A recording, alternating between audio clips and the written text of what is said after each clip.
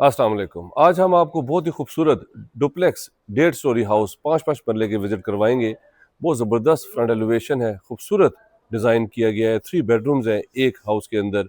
TV launch, drawing room है, big porch है, पानी बिजली यहाँ पे। स्ट्रीट का ओवरऑल व्यू देखें, 25 फुट गली है, अंडरग्राउंड सीवरेज है, बेहतरीन फ्रंट एलिवेशन है, बेहतरीन कंस्ट्रक्शन हुई है, वाटर बोर हुआ है।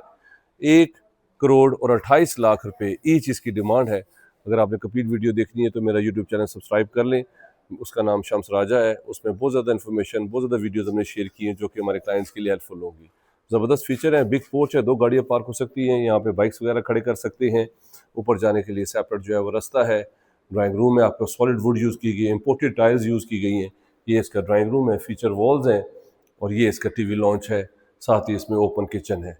बैक पे 2 बेडरूम्स हैं अटैच वॉशरूम के साथ और लॉन्ड्री की स्पेस भी है। अगर आप इस तरह की प्रॉपर्टी में इंटरेस्टेड हैं, मेरे नंबर पे कॉल कर लें, चैनल को सब्सक्राइब कर लें। उसमें हमने कंप्लीट इन्फॉर्मेशन शेयर की हुई है। Thank you very much.